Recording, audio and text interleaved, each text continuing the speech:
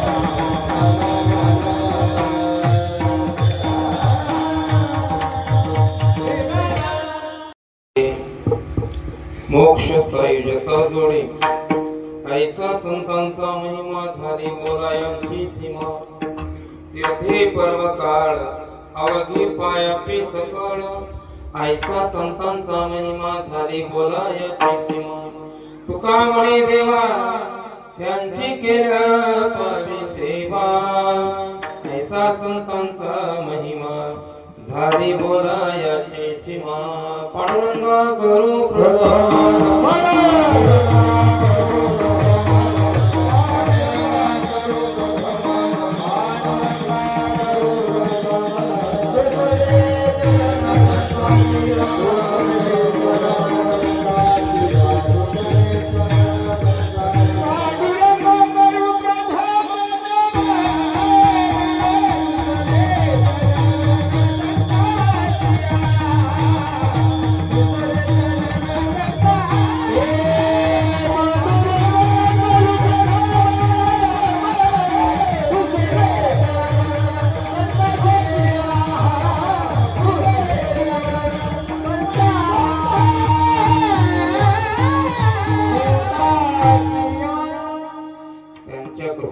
कथेचा विस्तार बाबाई सद्गुरुदास तुकाजयांचे केले स्मरण होय सकळ विद्यांचे अधिकरण तेची वंदोच्चरण श्री गुरूंचे ओम नमो ज्ञानेश्वरा करुणा करा दयाळा तुमचा अनुग्रह दव पावन झालो चराचरी काय माझी वाणी मानिल संतासी नंदो चित्तासी अपुर्या जोडून या कर चरणी ठेवी तो माथा परिसावी विनंती माझी पंढरीनाथा आता मद साहित्य करावे देवा तुझी गे सेवा सकळ गोवा उगवणी मस्तक हे पायावरी या वारकरी संतांच्या कर जोडी तो कधी काळ्या पुन्हा सावी जोडी घ्यावी घ्यावी माझी सेवा दीन दुर्गणांची देवा या मनासी लागो हरिनामाचा छंद या मनासी लागो हरिनामाचा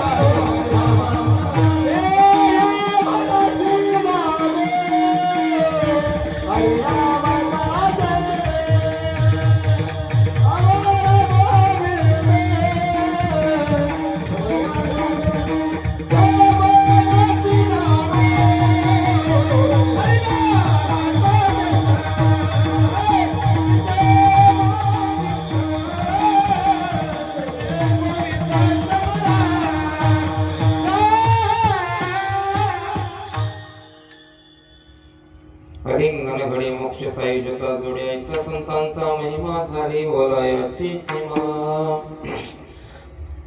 रविको बास कमी करा कोण आहे ती मुलगा रविको बास कमी करा आणि थोडं बदल्या माझा शब्द श्रोत्यांच्या कानापर्यंत स्पष्ट जावं तर शब्द एक इंद्रियाचा स्वभाव आहे जी वस्तू प्रिय वाटेल तेच वस्तू इंद्रिय स्वीकारत असतात कानाचा विषय आहे शब्द श्रवण करणे शब्द सत्य आहे शब्द वजनदारी आहे पण तो कर्कश असेल तर तुमचे कान स्वीकारू शकणार नाही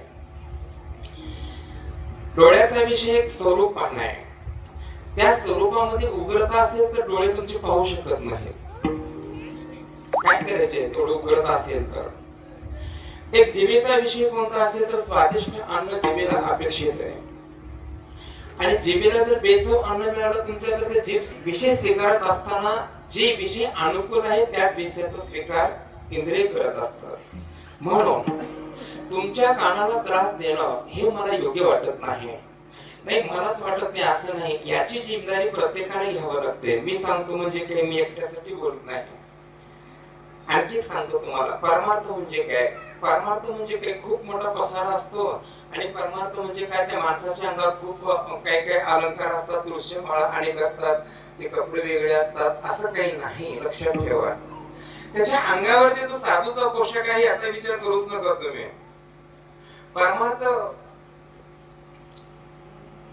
कुणाचं सांगतो ते, कोण परमार्थ करू शकतो. लक्षात ठेवा, परमार्थ म्हणजे काय, काही नाही, कुणाला त्रास न देणे म्हणजे परमार्थ आहे. तुम्ही शेतात राहा किंवा कीर्तनात राहा, त्याचा विषय नाही, काही देणे नाही. खूपच कीर्तन ऐकतोय, वर्षभर कीर्तनच करीत फिरतोय, आणि जर दुसऱ्याला त्रास देत असेल तर ते कीर्तन ऐकण्यात काही किंमत नाही किंवा त्याचं काही महत्व नाही.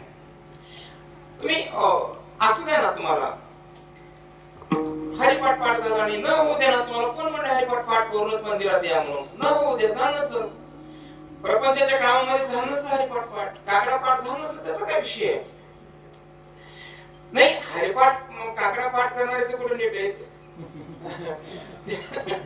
त्यांचा तर विषय कुठे नीट राहिला तेवढा. असं द्या ना, पाठ झालं नसेल, प्रपंच कामामध्ये अडचणी असेल, तुमची जर अंतःकरणाची एक बाजू पक्की असेल, ती म्हणजे कुणाला त्रास न देणं, हे जर तुमच्याकडे असेल तर तुम्ही अनंत अनंत भगवंताचे नाम जपल्याचं फळ तुमच्या जीवनात प्राप्त होतं. कोणी जीवाचा न घोडो मत्सर परम सर्वेश्वर पूजना, परम सर्वेश्वर पूजना. कोणी जीवाचा न घोडो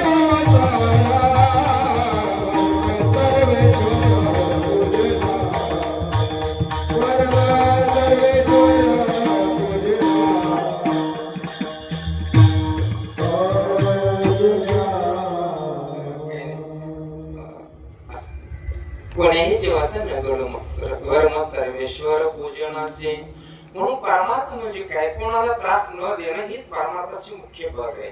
त्याच्या पुढे जाऊन सांगतो आणखी, परमार्थ कधी सुरुवात होतो ते सांगतो. आता परमार्थ कशाला म्हणतो ते सांगितलं, परमार्थ सुरुवात कधी होतो तेही सांगतो तुम्हाला.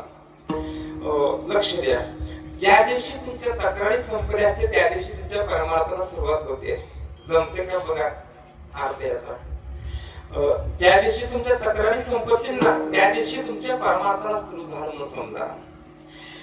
आज जो परमार्थ आपण करत आहोत असं लोक आपल्याला म्हणत असतील. आणखी एक सांगतो, लोकांना ठेवून तुम्ही ते परमार्थाच्या भानगडीत मागच पडू नका. लोकांचं कसं असतंय, जोपर्यंत लोकांचे उपयोगी आहे तोपर्यंत लोक तुम्हाला चांगलं म्हणतात, त्याचा काय विषय आहे. बरोबर आहे की नाही. ते आंध्रगावचे बाब मला दिसणार काय बी नाही, बसू पडले आता बाजूत पडले, संपलं. काय दुसरं लोकांकडून काय मिळणार आहे तुम्हाला. मृदंग आता सुंदर चांगला हो, आता येणं गेलं तर ते नाही, आता जाऊन गेले तर ठकले, संपलं ना. काय मिळणार लोकांकडून तुम्हाला, काय अपेक्षा करणार लोकांकडून तुम्ही. लोकांवर अवलंबून ठेवून तुम्ही परमार्थाची बाजू सांभाळण्याचा प्रयत्न करूच नका तुम्ही अजिबात. परमार्थ लोकांना आवडण्यापेक्षा एकाला आवडावं बस, दुसरं काही नाही. एखाद्या माऊलीचं वागणं तिच्या पतीलाच प्रिय असावं, पतीला आवडावं बस, काय लोकांविषयी आहे त्याचा. म्हणून आपला परमार्थ हा कुणाला, भगवंताला आवडावा.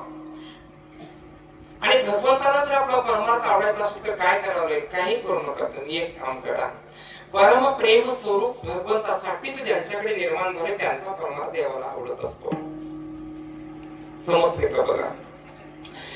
फक्त भगवंतासाठीच प्रेम ज्यांच्याकडे निर्माण झालेलं आहे त्यांचा परमार्थ हा भगवंताला प्रिय असतो. भगवंतासाठी ते काहीच नाही. ते ब्रह्मदेवाचा आणि ते गोपिकांचा संवाद सुरू झाला. थोडं गर्ग संहितेमध्ये संवाद सुरू झाला. गोपिका म्हणायला सुरुवात केली, ब्रह्मदेवा काय खूप सुंदर शरीर आम्हाला दिलायस तू. हो, किती सुंदर आम्हाला नाक दिलायस, किती सुंदर कमळाच्या फुलासारखे डोळे दिलायस, किती सुंदर आमचे हात पाय आहेत, किती सुंदर आमची तनु आहे, किती सुंदर तू आम्हाला सगळं भगवान ब्रह्मदेवा दिलायस. हो, चांगली गोष्ट आहे. पण एक खूप मोठी चूक केलीस. ऐका, लक्ष द्या. पण तेव्हा एक खूप मोठी चूक केलीस. ब्रह्मदेवाला म्हणतात, कोणती चूक आहे. डोळे कमळाच्या फुलासारखी दिलायस, योग्य आहे, पण त्या डोळ्याला पापण्या देऊन मोठी चूक केलीस तू. पापण्यातून खूप मोठी चूक केलीस. का पापणी खाली पडून वर होईपर्यंत किती वेळ लागतो? एक निमिष म्हणू आपण थोडक्यात. आता याच्या पुढचे त्याचं निमिषाचे काही भाग आहे, पण आपण निमिष म्हणू. पापणी खाली पडून वर होण्यासाठी जो निमिष लागतो, तेवढा एक निमिष देखील आम्हाला भगवंताच्या स्वरूपाच्या वियोग सहन होत नाही, म्हणून तो पापण्यातून खूप मोठी चूक केलीस. पापण्या नसत्या तर आमच्या जीवनामध्ये भगवंताचा आणि आमच्या स्वरूपाचा वियोगच होत नव्हता. ह्याला म्हणतात परम प्रेम स्वरूप म्हणतात. भगवंतासाठीच प्रेम आहे, दुसरं काहीच नाही. एक तर प्रेम निर्माण होऊ शकत नाही, निर्माण झालं तर आपापल्या माणसासाठी होतं, पण भगवंतासाठीच प्रेम निर्माण होत नाही. ते आणखी एक वेळेस उद्धव गेले कुठं कोकणामध्ये गेल्यानंतर ते राधेशी थोडं बातचीत केले. राधेने विचारले देव कसे आहेत? चांगले. ठीक आहे, मग जाऊ मी? उद्धवाने विचारलं. हा जाऊ ना. मग देवाला का निरोप द्यायचे सांग? काय नाही, देवाला या म्हणा. ठीक आहे सांगतो. 31 पावलं पुढे गेले, पुन्हा उद्धवाला बोलून घेतले राधेला. उद्धवा इकडे या. काय? येऊ नका म्हणू देवाला. ठीक आहे तर सांगतो त्याचं काय. पुन्हा थोड्या वेळ चालल्यानंतर पुन्हा बोलून घेतलं. उद्धवा इकडे या. काय? या म्हणा. ठीक आहे सांगतो तसं. पुन्हा आणखी थोडं चालू पुन्हा बोलून घेतले. आणखी नाही नाही येऊ नका म्हणू त्यांना. उद्धव म्हणले 30 बार झाले म्हणले. असं आता किती 30 वेळेस झाले म्हणले. मी सांग तू एक बार ये म्हणतेस, एक बार येऊ नका म्हणून सांग म्हणतेस. मी नेमकं काय करू सांग, कसं करू? तर राधा म्हणते तसं नाही, जर देव तिथं सुखी आहेत ना, तू सुखी आहेत, मग इकडे येणं त्रास होईल ना त्यांना? होईल ना त्रास. आता गाव सोडून जायचं म्हणलं त्रास आहेच ना. मग त्रास होत असलं तर येऊ नये म्हणा.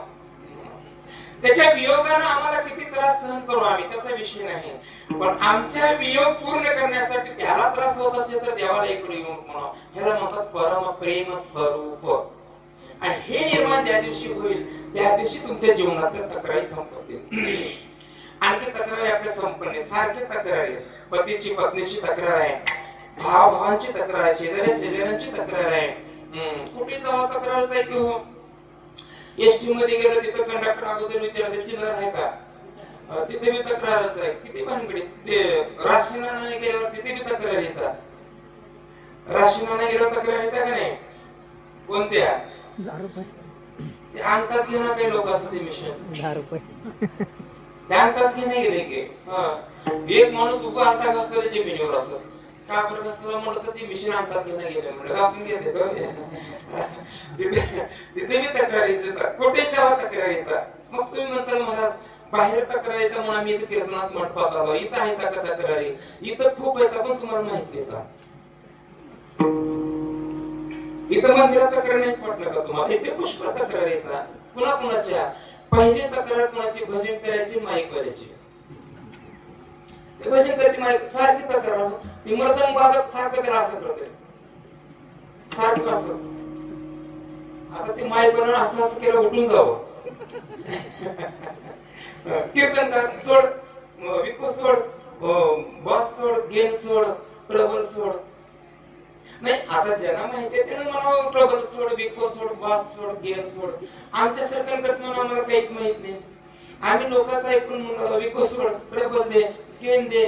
पण गेनचा परिणाम काय, ट्रबलचा परिणाम काय, विकोचा परिणाम, बॉसचा काय परिणाम काय माहिती आहे का मला? काही बी नाही.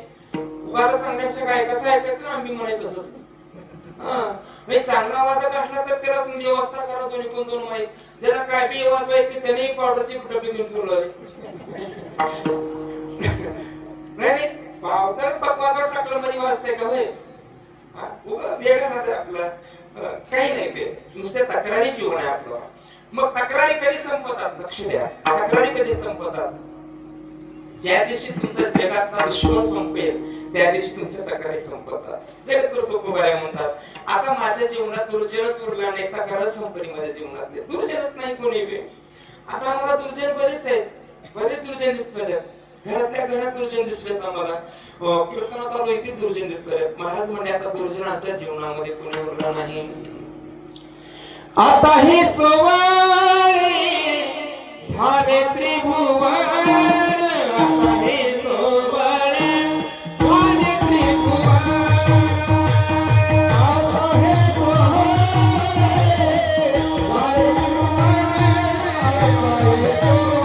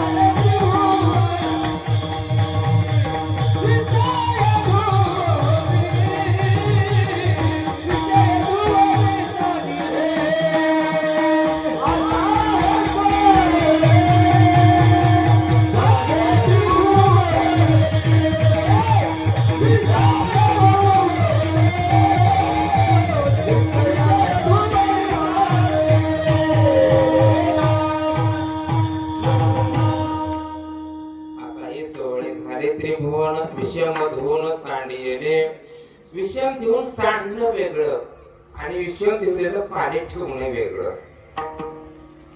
पाणी ठेवणं वेगळं आणि सांडणं वेगळं. सांडी आणि सोडी याच्यामध्ये खूप फरक आहे बरं का. सांडी आणि सोडी. ऋण रे ब्रह्मरा, सांडी तू अवगुण रे ब्रह्मरा, सोडी तो अवगुण मंडळीत माऊलीनं. सांडीच का म्हणले त्याचं कारण आहे, सोडलेली वस्तू पुन्हा कधी तर स्वीकारण्यात येत असते, पण सांडलेली वस्तू कधी स्वीकारण्यात येत नाही. आता दिसला गेले पहिले सर नाही महाराज, पहिला अगदी सोय मला, आता काय नाही ते जरा चार लोकांच्या संगतीने जर बिघडल तो आता सोडून दिलो, सगळं सोडून दिलो, चांगली गोष्ट सोडून दिलो म्हटल्यानंतर पुन्हा 6 महिन्याला भेटला, पुन्हा आणखी बस स्टँडला मग कोपऱ्यात पडलेला दिसला 6 महिन्याला. कस काय का झाली भानगड, सोडत तो म्हणते सोडत तो, 15 माणसं भेटले, जरा कार्यक्रम होता, त्या कार्यक्रमाचा सवय लागली हो. म्हणजे सोडलेली वस्तू कधी स्वीकारता येते, सांडलेली वस्तू कधी स्वीकारता येत नाही. म्हणून भगवान ज्ञानेश्वर महाराज म्हणतात की अवगुण सांड, म्हणून विषमत होऊन सांडली गेले. सांडणं वेगळं आणि सोडणं वेगळं. म्हणून संतांच्या जीवनामध्ये विषमता राहिलीच नाही. का राहिली नाही, परमात्मा तत्व अंतःकरणामध्ये व्यापक आहे, लक्षात ठेवा. तया उपाधी माझे गुप्त, चैतन्याचे सर्वगत, ते तत्वज्ञ संत स्वीकारते. आणि ती व्यापक तत्वाचा जी काही लक्षण आहेत, ते लक्षण संतांच्या इंद्रियाच्या माध्यमातून जगापर्यंत पोहोचतात. ऐका लेट ऐका बरोबर. तत्वाचे लक्षण कशी बघा, तत्वाकडे लक्षण समानतेचे आहेत. भगवंत तत्व जगामध्ये व्यापक आहे, तत्व ते समानतेने व्यापक आहे. भगवंत निर्माण केलेल्या वस्तू समानतेने तुमच्यापर्यंत पोहोचत असतात आणि त्या तत्वाचा अंगीकार संतांनी केल्यामुळं त्यांच्या हृदयामध्ये समानतेचा गुण हा व्यापकतेने नांदत असतो. मग त्यांच्या जीवनामध्ये जो काही तत्वाचा परमानंद सातत्याने भोगतात, त्याच परमानंदाचा भोग, त्याच परमानंदाचं सुख हे इतरांना प्राप्त करून देण्याची इच्छा त्यांच्या अंतःकरणामध्ये नाही, खूप मोठी तळमळ त्यांच्या अंतःकरणामध्ये असते. आणि मग त्यांच्या कक्षात गेल्यानंतर ऐका, संतांच्या कक्षात जावं लागतं. पृथ्वीच्या कक्षात आल्यानंतर गुरुत्वाकर्षण शक्तीमुळे वस्तू खाली खेचल्या जातात. तसं संतांच्या कक्षामध्ये गेल्यानंतर सामान्य जीवालाही त्यांच्या जीवनामध्ये प्राप्त झालेलं वैभव सहजपणे आपणासारखे करते तत्काळ नाही, काळा वेळ तयार आहे, ही अवस्था प्राप्त करून देते. मग संताकडचं असलेलं वैभव सामान्य जीवाला प्राप्त होतं. कोणत्या माध्यमातून होतं त्याचा विचार समर्थ भगवान जगद्गुरु तुकोबाराय या आजच्या अभंगातून आपल्या समोर मांडण्याचा प्रयत्न करतात.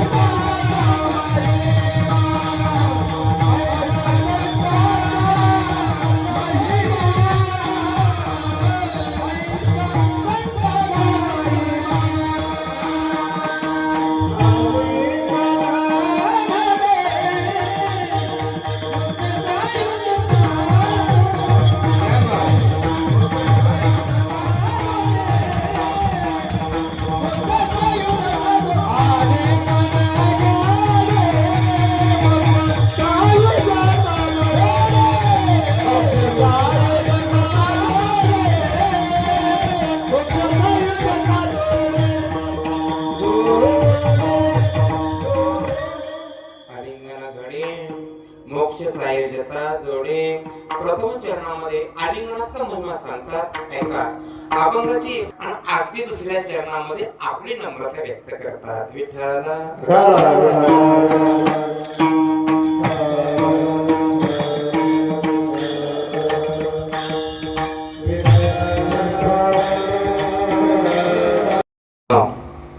आणि गावातील सर्व भाविकांचे अगदी सुंदर सहकार्यानं आणि तरुण मंडळीच्या अगदी काया वाचा मने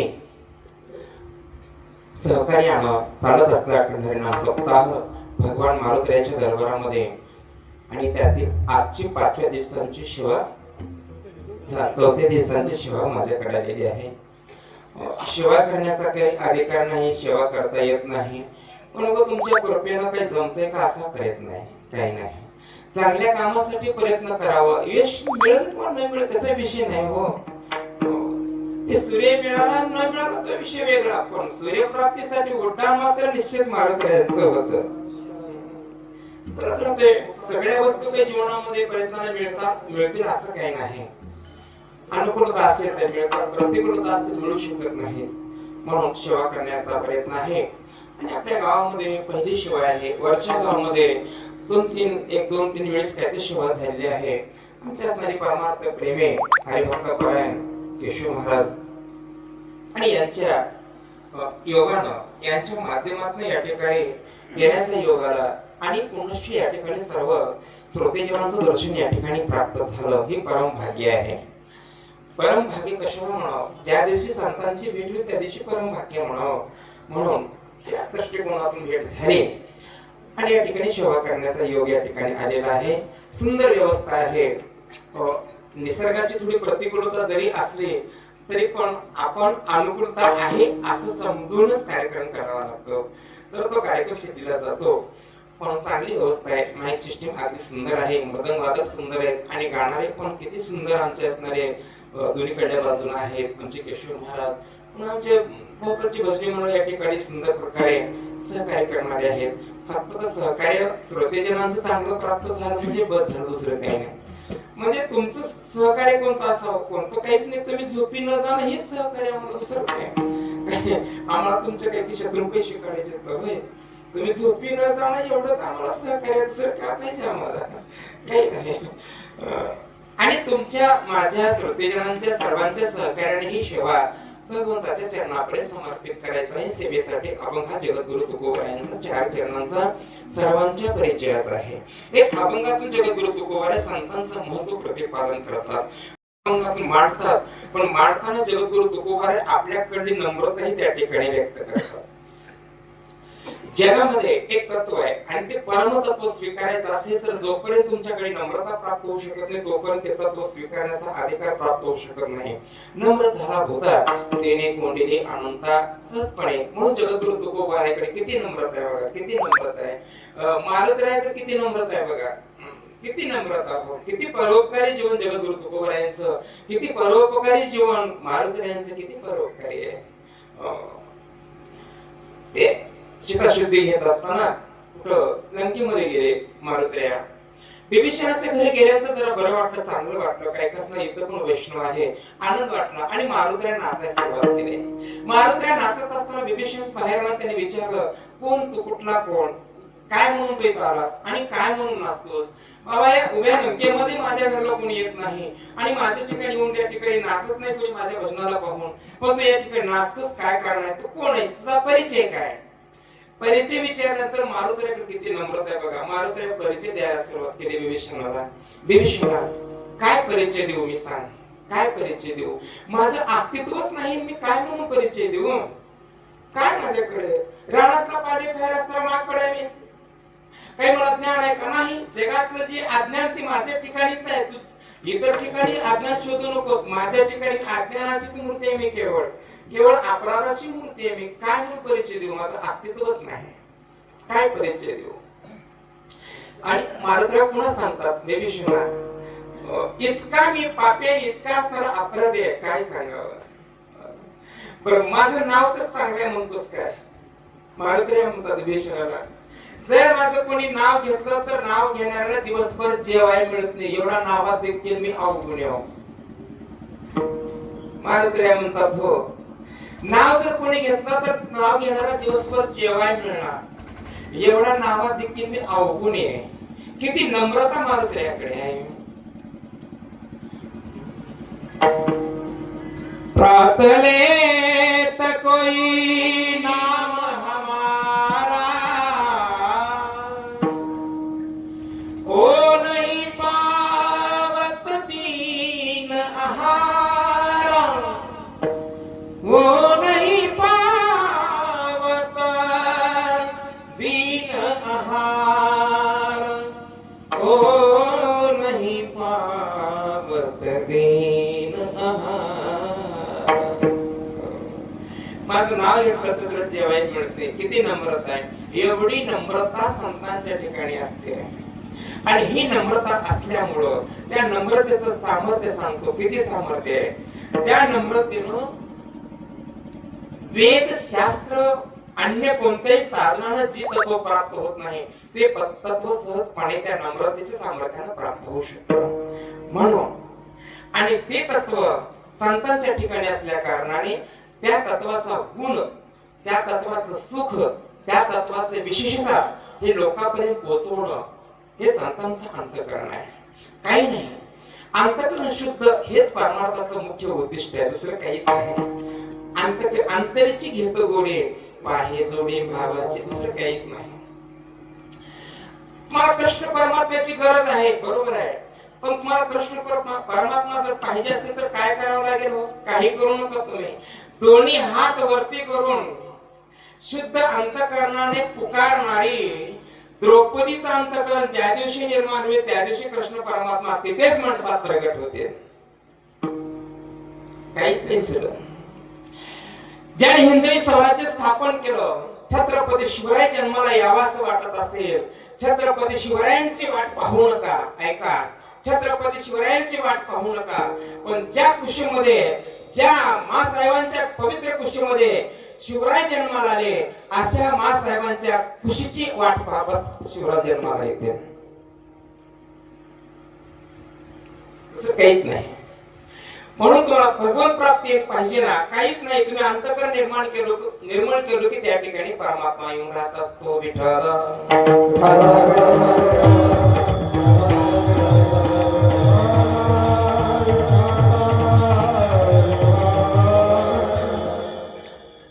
तुका म्हणे चित्त करावे निर्मळ,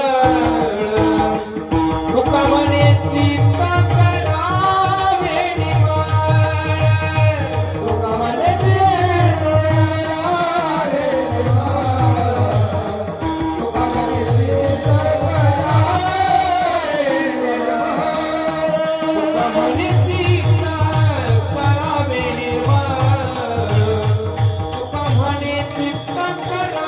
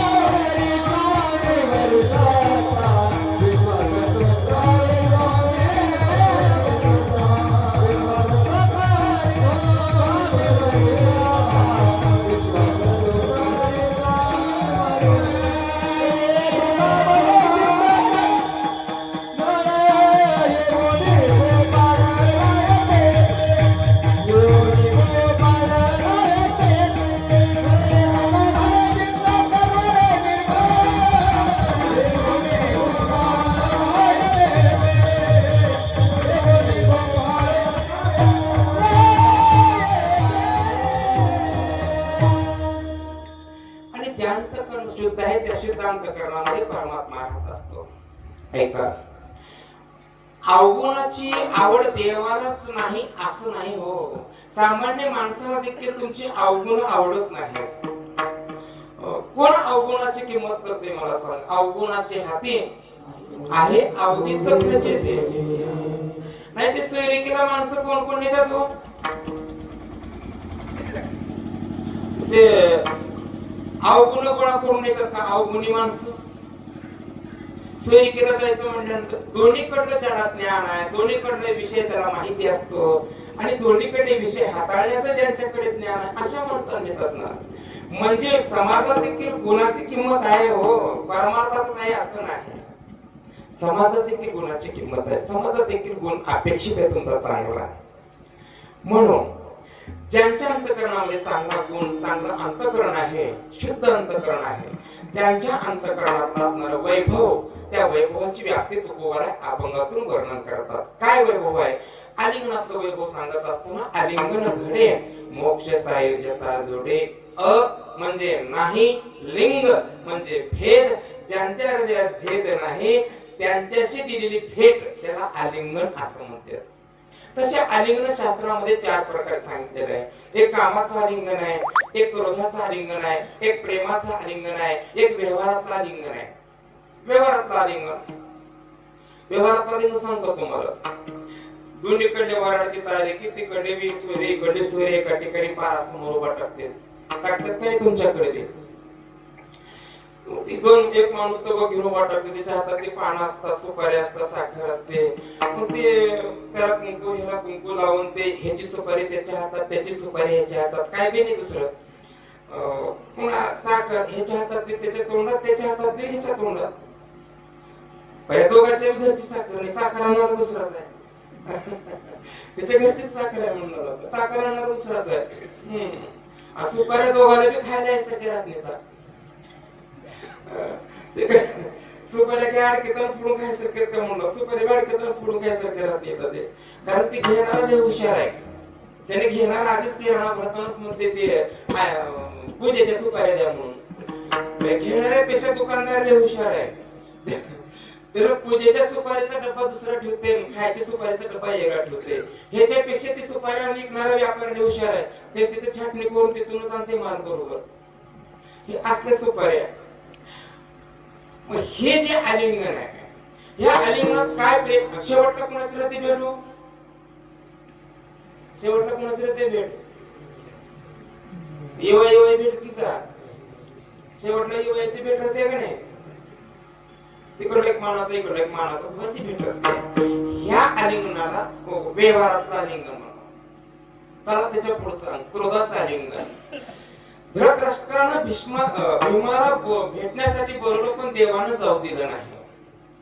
एक लोखंडाचा भीम तयार करून दिला कोणाच्या? धृतराष्ट्राच्या हातामध्ये. धृतराष्ट्राने लोखंडाचे भीमाचे तुकडे केले होते, तुकडे. याला कोणतं आलिंगन म्हणावं? क्रोधाचं आलिंगन म्हणावं. चला तिसरं आलिंगन कामाचं सांगतो तुम्हाला. कामाचं आलिंगन कोणतं? एखादी माऊली असते, त्या माऊलीच्या जीवनामध्ये एखाद्या आपल्या पोटी जन्मलेल्या मुलालाही तिच्या जीवनामध्ये आलिंगन घडत असते. स्वतःच मुलगा जन्मलेला ते लहान लेकराला आलिंगनाची त्या ठिकाणी ते आलिंगन देत असते आणि आपल्या पतीशी आलिंगन तिच्या जीवनामध्ये घडत असतं.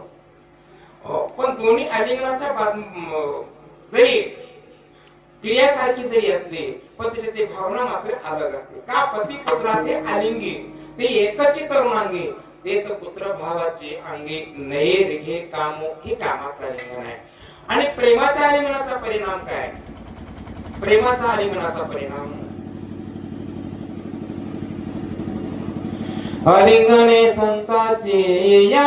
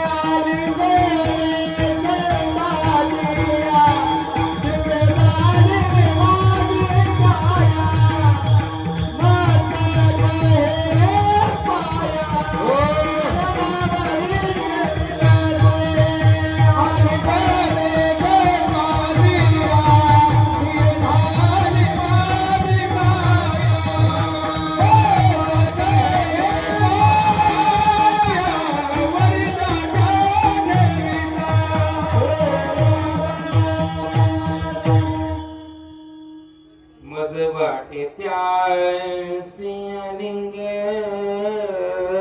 द्या कदा न सोडावे चरण त्यांचे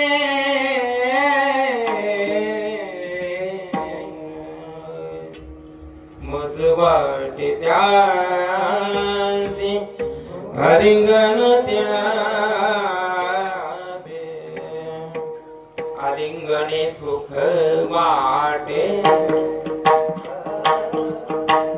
सुख चिदानंदी घटे म्हणून आलिंगनाचा परिणाम संतांनी सांगितला. आलिंगने संतांची दिव्य झाली माझी काया. आलिंग मज वाटे त्याशी आलिंगन द्यावे कदा न सोडावे चरण त्यांचे. हे आलिंगनाचा परिणाम काय? मोक्ष सायुज्यता जोडी. सायुज्यता म्हणजे चार मुक्त्या सहज सोपा अर्थ आहे. स्वरूपता समीपता स्वरूपता सायुज्यता ही चार मुक्ती येतात सहज प्राप्त होतात. मोक्ष म्हणजे काय? मोक्ष म्हणजे दुसरं काहीच नाही. ऐका, मोक्ष म्हणजे मोकळं होणं, दुसरं काय? सोपा अर्थ मोकळं होणं. हो, बांधल्यावर न वाटणं, मोकळं झाल्यासारखं वाटणं म्हणजे मोक्ष आहे. त्याच्या पुढे सांगतो, आपल्या स्वस्वरूपाला ओळखून स्थित राहणं म्हणजे मोक्ष आहे. त्याच्या पुढे सांगतो, स्वस्वरूपाला नाही जर ओळखलो आपण तर त्या ठिकाणी काय परिणाम होतो? कल्पना निर्माण होते. कल्पनेच्या बाधेने जीवपणा प्राप्त होतो. जीवपणा प्राप्त झाला की बंधन निर्माण होत असतात. मुक्त होता परी बळे झाला बद्ध. घेऊन या छंद आपल्या माणसाला न ओळखीनं म्हणजे ब्रह्म. ऐका, सगळे लोक बाजारला चालले. सगळे लोक बाजारला चालले. बायकोला म्हणलं मी बी जाऊ का बाजारला? बायकोला म्हणले तुम्हाला जास्ती शोक कळत नाही, काही नाही, जाऊ नका, कशाला जाऊन राहू, मॅच जाऊन येते. त्याने म्हणलं बाजारला गेल्याची हिशोब कळत कसा? नाही, आता काय तर बाजार केल्यावरच हिशोब कळत की माणसाला. जाऊ दे की मला असं वेड्यासारखं करून ठेवतेस का घरामध्ये? जाऊ दे मला. बायकोच ऐकणार बाजारला निघाला. काय तर 20 रुपये घेतला असं सोबत समजा. ते बाजारला गेल्यानंतर मग बाजार करून येऊ का नाही? तिथं गारड्याचा खेळ आला होता. ते गारड्याचा खेळ बघत बसलाय. गारड्याचा खेळ टाचावरी करू. मग ते गावाकडले माणसाने बाजार केले, गावाकडले भुलबी गेले. मग ते बायकोने विचारले आमचे तेने दिसले का तुम्हाला बाजारात? त्यांनी म्हणले होता बाजारात बाबा, काय तर ते गावड्याचा खेळ बघला होता, काय की होता बाजारात म्हणले. ते विचार केले. आता गावाकडे वाहन संपल्यात, आता यायला वाहन पे नाही. थंडीमध्ये माणूस कसा राहील रातभर तिथं? म्हणून गावातला ऑटो करून पुन्हा त्याला आणाय गेले. तर त्या ठिकाणी गावड्याचा खेळ टाचावरी करू बघला होता. आणखी त्याच सांगल्याने तुम्ही गावड्याचा खेळ बघायला तुम्हाला वाटलं का ती गोष्ट आहे म्हणून ती नव तुम्ही गावड्याचा खेळ बोललो जादू बोललो संसारातली जादू जडी बुडे बुडे देखता देखता क्षण न लागता विरुणी जाय क्षण न लागता विरुणी जाय तैसा हा संसार पाहता पाहता बायकोला जाऊन हाताला धरले काय कळते का घराकडे याचं कळणं गेले का उग बायकोच्या तोंडाकडे बघलं काही सोनं लागलं नाही माझ्या तोंडाकडे बघायला उग बायकोच्या तोंडाकडे बघलं कधी अक्कल यावं उग बायकोच्या तोंडाकडे बघलं किती जन्माचं पाप असलं पदरात पडले उग बायकोच्या तोंडाकडे बघलं घराकडे चालायचं बघा उग तोंडाकडे बघलं तोंडाकडे बघितलं 5 मिनिटं पुन्हा हळूच म्हणणारे तुम्हाला कुठं मी बघितलेच वाटलं बायकोला हो त्याच्या बायकोला म्हणावं का असं त्यानं कोणी एक ब्रह्मदेवपणे मी तव नोहे गा चोर रोहणे आयसा नातीला छंदांत करणे घेऊने ठाके मूळ स्वरूपाला विसरणे आणि आगंतुक आलेल्या स्वरूपाला माझं म्हणणे म्हणजे त्या ठिकाणी बंधन निर्माण होणे आणि मूळ स्वरूपाला विसरून आगंतुक वस्तूचा स्वीकार करणं आणि त्याच्यापासून ब्रह्म निर्माण झाला की त्या ब्रह्मानं माणसाला बंधन निर्माण होतात पण संतांची ज्यावेळेस भेट होईल त्या दिवशी मात्र त्या बंधनातून त्या ब्रह्माचा त्या ठिकाणी निराश होतो ऱ्हास होतो आणि मग तिथून ब्रह्म निघून गेला की संतांच्या त्या संगतीनं आशीर्वादानं संतांच्या सामर्थ्यानं सहजपणे मुक्तता प्राप्त होते आणि मुक्तता प्राप्त झाली की बरं वाटतं म्हणजे मोकळं झाल्यासारखं वाटतं त्यालाच मोक्ष म्हणतात आणि तोच ब्रह्म घालण्यासाठी अनंत जन्म घालावे लागतात पण ब्रह्म जात नाही आपल्याला म्हणून आलिंगन घडे मोक्ष सायुज्यता जोडे ऐसा संतांचा महिमा झाली बोलायाची सीमा कृपा रखवाये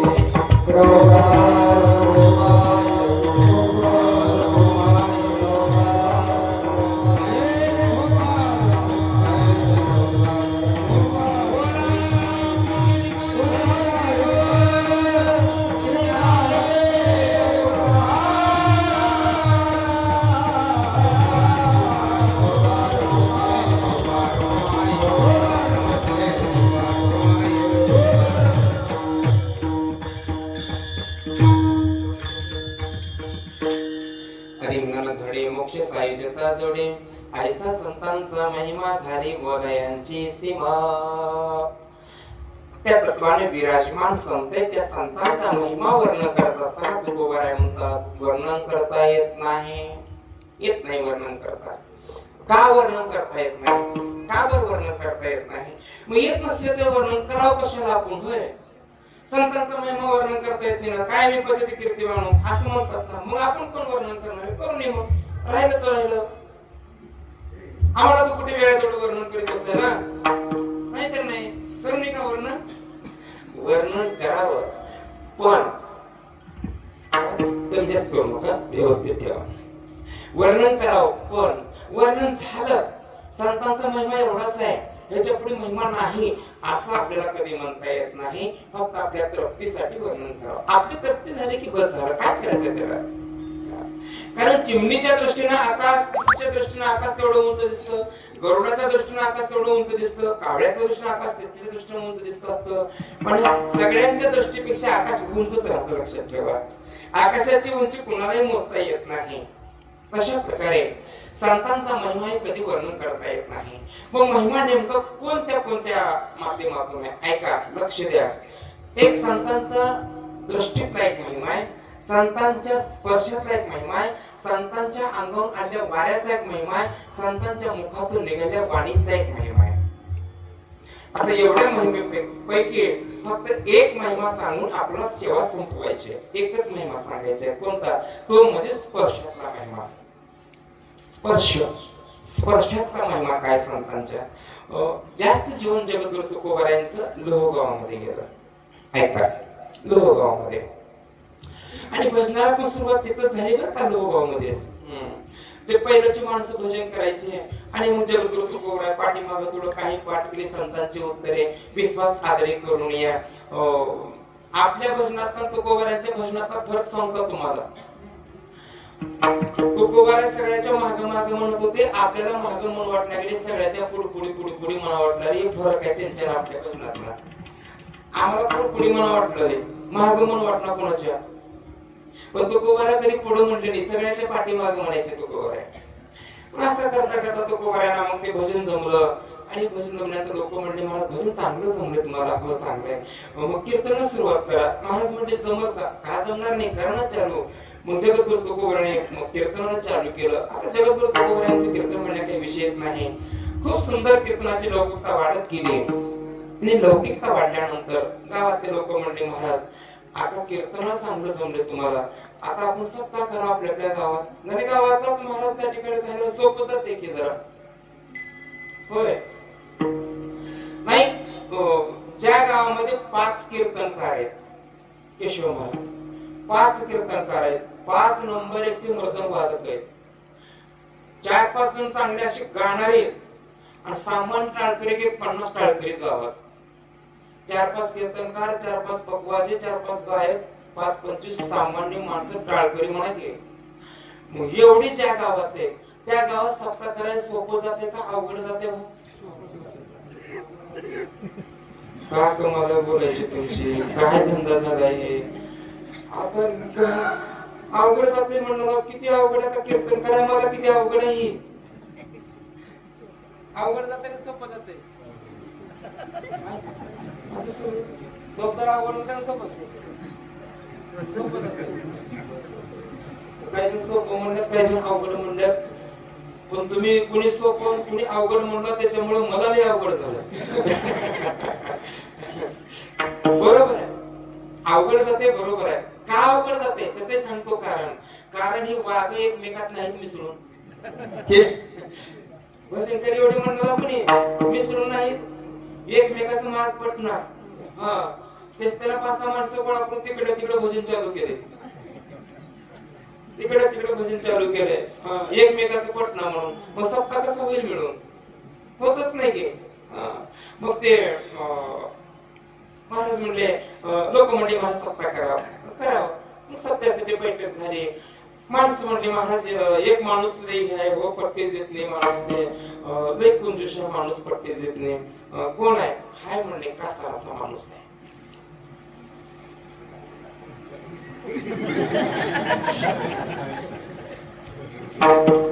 इथं कासार नाही म्हणजे गावाकडे जायचं मला. गावाकडे होणे मी बी 1-2 अंतर हलत नाही.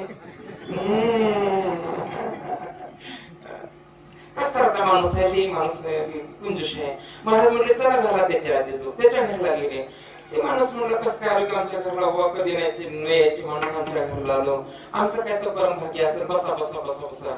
मग कस काय आलो की? महाराज म्हणले सप्ताह करायचे. चांगली गोष्ट आहे की, सप्ताह करणं वाईट आहे का? चांगली गोष्ट आहे, करावं लागते. तुमच्यासारखी माणसं पुढे हो लागते. ते कासाराचा माणूस म्हणला. महाराज म्हणले पुढे हो लागते, पण पैसे लागतात की? नाही पैसे बी लागतात की म्हणला ते माणसाला. मग अगोदर पट्टी तुम्ही द्या, तुमच्यापासून सुरू करायचे. मग आता अवघड झाले की हो, मग कस करावं? नग म्हणे नाही गेला. मग त्या कासाराच्या माणसानं ते वस्त्रीवर 1 फुटका तांब्या होता पितळाचा. पितळाचा फुटके तांबे पहिले होते का नाही वस्त्रीवर? बोचरे हो.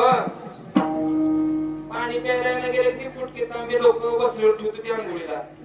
हे पहिल्याच्या माणसाला ह्या पोराला माहित नाही, ह्यांना प्लास्टिकचे डबे सुद्धा नाही पहिल्याच्या माणसाला माहिती येते. मग ते फुटका पितळाचा तांब्या घेतला त्या कासाराने तुकोबाराला दिला. तुकोबारा म्हणले, बाबा लय दिलं तुम्ही, आपण दिलं. लोक म्हणले, महाराज फुटका तांबे. महाराज म्हणले, बसा तुम्हाला काही बिघडत नाही. लय दिलंय माणसाला पट्टी, थोडी पट्टी दिलं का काय? मग तांब्या घेऊन निघाले. महाराज सोनाराकडे गेले. सोनाराकडे जाऊन ते तांब्या तपासल्यावर नंबर 1 सोन्याचा निघाला. तांब्या जडबंड्या तांब्या सोन्याचा निघाला. तिथून 2 माणसं पळत कासाराकडे सुटले. तिथून 2 माणसं पळत कासाराकडे सुटले. कशाला? नुसतं सांगायचं काम त्यांच्याकडे नव्हतं, सांगू सांगू सत्य मोडायचं काम त्यांच्याकडे होतं. नाही कोणी बी करावं सत्य मोड, सत्य जोडायची माणसं राहतात, तशी सत्य मोडायची माणसं राहतात. सोयरीक जोडायची माणसं राहतात, सोयरीक मोडायची माणसं राहतात की नाही. कुणीकडे असतो किंवा असं असं त्या पाहुण्याच्या जातो, पुण्याला जाणार होते एक काय नाही, ते मुलं आहे की त्यांचा ते नाच चाललाय जरा बघून येऊ म्हणालतो. बरोबर मग ते सोयरा माणूस विचारते बरं आहे का मुलगा, कसं आहे. मग ते माणूस बरं आहे पण तुमचं बघा बा आपण काही सांगणार. एवढं म्हणलं की मोठी सोयरीक, लई सोयरीक मोडायला लई वेळ लागत नाही, लई सोपं आहे. हे चांगलं आहे पोरग पण बघा तुमचं तुम्ही, आपण काय हमी घेणार बघा त्याची. म्हणलं की संपल, कशाला फोन करते माघारी पुढे. ते कासारला म्हणल्या तांबे दिले, दिला फक्त आरती सोन्याचा निघालाय की कासार तिथून पळत सुटलं तो पोर आहे. आणि माझं देवाचं काम आहे, फुटका तांब्या कस देव, हे 2 रुपये घ्या, तांब्या आमचा मला द्या. महाराज म्हणले घे तांब्या, घेतले 2 रुपये. त्या कासारानं तांब्या सोनाराकडून तपासलं, नंबर 1 पितळचा निघाला.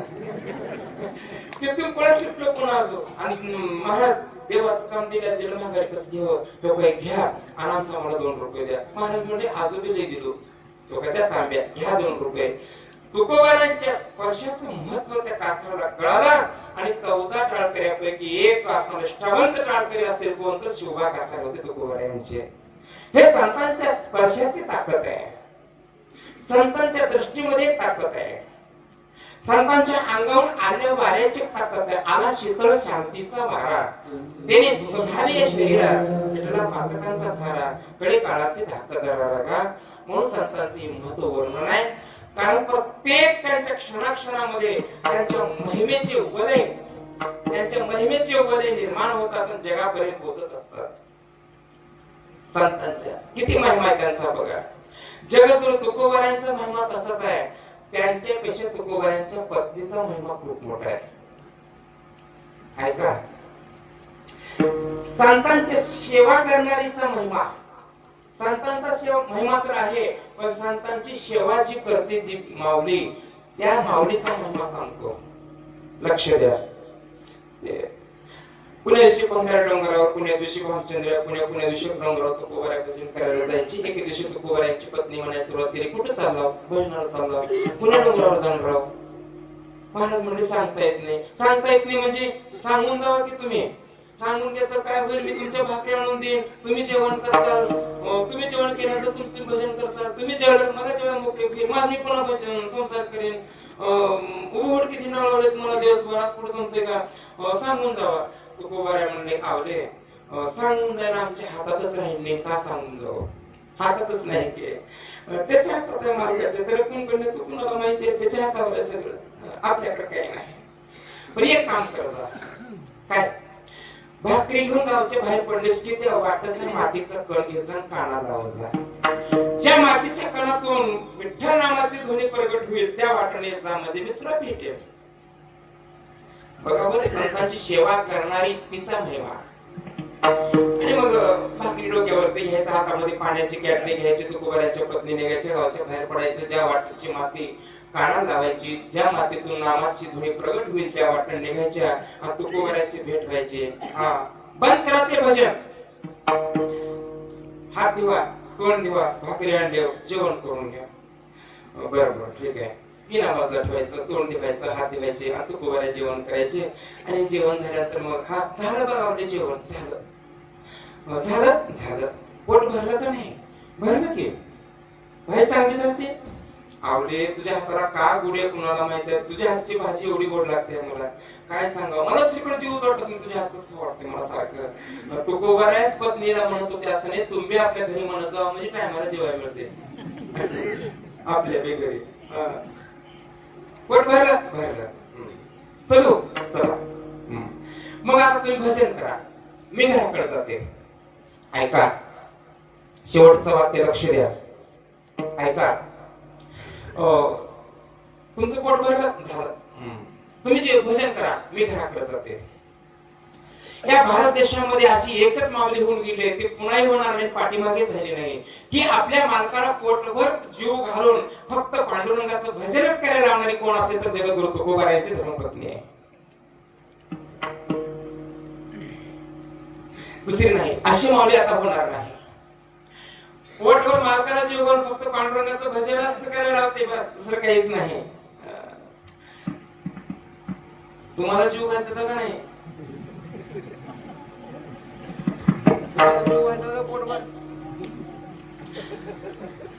जीव घालला तर कोण कशामुळे घालला तर माहिती आहे का? नळाला पाणी येणार थोड्या वेळात. तुम्हाला शेताकडे जायला उशीर होईल जीव घालतात का बरं का? नाहीतर गपमन जेव्हा कीर्तनला जावा म्हणणारी माऊली असं कुणी नाही. उशीर झाला कीर्तनला कळण्या गेले का जेवण करा गपमन जावा मंदिरात असं म्हणणारी कोण आहे? आणि जर असं तर त्याच्या चरणावरती लोटांग घातलं तर पुण्य प्राप्त होईल. असा दिनक्रम चालायचा तुकोबरायांच्या पत्नीचा. एके दिवशी भाकरी घेऊन जात असताना पायामध्ये काटा मोडला. काटा मोडल्यानंतर त्या ठिकाणी वेदना निर्माण झाल्या आणि भगवंताने एक छोटाशा 12 वर्ष मुलाचं रूप धारण केलं आणि येऊन म्हणायला सुरुवात केली, काय झालं माय? काय नाही बाबा, काटा मोडलाय. मग मी काढू का काटा? तुकोबरायांच्या पत्नी म्हणल्या, सकाळपासून हैराण मुलाने मला निघला काटा. तुला कस निघते? तू तर लहान आहेस, निघत नाही तुला काटा. नको, बघते माझं मी, तुला निघत नाही काटा. देव मनातल्या मनात म्हणले, तुला माहित नसेल सगळ्यांचे काटे मॅच काढतो. जेने पळापळ करल्यात की नाही, जे बरी माना करून चढल्यात की नाही, त्यांचा काटा मॅच काढतो. आपला सप्ताह राहते का? कुठले सुटलं सप्ते करूल्यात, गो पैसे खर्चल्यात, असला मंडळाचा काटा तर देश नियोजन काढतो.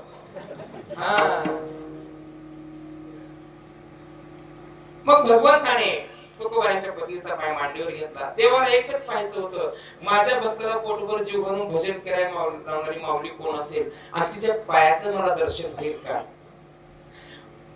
पायाचं दर्शन पोटभर घेतलं भगवंताने. पायातला काटा काढला, पत्ता लागला नाही. तुकोबारांच्या पत्नी म्हणल्या, वाकस काढला काटा, पत्ता देखील लागला नाही. किती दुखतं की वाटलं तर मला, काहीच झालं नाही भाऊ. किती हात शाप आहे तुझा, किती गुणवान आहेस, बघायला बी किती चांगला आहेस, किती गुणवान आहेस बघायला, मानाने बी चांगला आहेस, गुणाने बी चांगला आहेस, पण तुझं नाव काय? की नाव मला माहित नाही, काही नाही. काय नाव ते? मग तिने सांगितलं, माझं नाव विठोबा आहे. विठोबा म्हणणार डोळे फिरले तुकोबारांच्या पत्नीचे. विठोबा नाहीतर ते पंढरपूरचा राहशील तेच तोंड बघायचं नाही मला. पंढरपूरचा राहशील की म्हणल्या बरोबर भगवंताने तिथं चतुर्भुज मूर्ती प्रकट केली आणि पहिलं दर्शन दिलं ते तुकोबारांच्या पत्नीला दिलं. ही संतांचा महिमा आहे. तुकोबारांचा टाहो चाला भंडारी डोंगरावर पारे पांडुरंगा किंवा भेट दिशी मज परदेशी तुझे विना. तुकोबारांचा टाहो चालू आहे, पण तुकोबारांच्या पत्नीला पहिलं दर्शन भगवंताने दिलं. का? तर संतांची सेवा करणारा जो असतो त्यांच्या ठिकाणी महिमा किती आगाध असते दाखवायचे. मग तू तोंड बघायचं नाही, मग तोंड पूर्वेकडे केल्या, पूर्वेकडे तसाच आहे. दक्षिणेकडे केल्या तसाच आहे. उत्तरेकडे केल्या तसाच आहे. दक्षिणेकडे केल्या तशीच आहे. पश्चिमेकडे तोंड केलं तसाच चतुर्भुज मूर्ती आहे. जिकडे बघा तिकडे तू दिसतोयस की नाही. आता एक काम करते, डोळे झाकून घेते, मला तुला बघायचं नाही. म्हणून डोळे झाकून घेतल्या तुकोबारांच्या पत्नीनं. डोळे झाकल्याबरोबर अंतःकरणातच पांडुरंगाची मूर्ती प्रगट झाली. आता कसं करावं? काय महिमा आहे? किती महिमा आगाध आहे, किती महान महिमा आहे संतांचा, किती परोपकार जीवन तुकोबारांचं आहे, किती संतांच्या हृदयामध्ये सामान्य जीवाबद्दल तळमळत आहे. म्हणून असा संतांचा महिमा आहे आणि संतांच्या चरणाजवळ जगातले तीर्थ पायाजवळ राहत असतात. एका संतांचं दर्शन घेतलं की सगळ्या संतांच्या दर्शनाचं पुण्य प्राप्त होतं. सकाळी संता एक वेळा भेटी, पुंडलिक दृष्टी देखील या. सकाळी तीर्था एक वेळा भेटी आणि चंद्रभागा दृष्टी देखील या. का? चंद्रभागेला पाहिल्यानंतर सगळ्या तीर्थाचं पुण्य का प्राप्त होतं त्याचं कारण आहे. तिथे एक संत आहे पुंडलिक राय भक्त शिरोमणी, त्यांच्या चरणानं पावन झाली चंद्रभागा. का? सगळे जगातले 3.5 कोटी तीर्थ चंद्रभागेमध्ये दुपारी 12 वाजता स्नानासाठी. ऐसे शंकर सांगे ऋषी गवळी सकळ तीर्थ मानकारी येती पुंडली कागवळी करती आंघोळी वंदिती चरण. ऐसे शंकर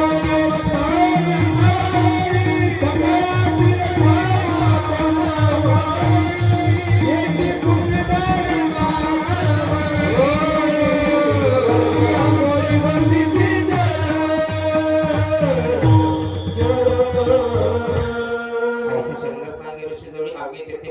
सकाळी येते पुंडलिकाजवळी करते अंघोळी मध्ये ते चरणाशी पंढरी म्हणीचे ध्याते.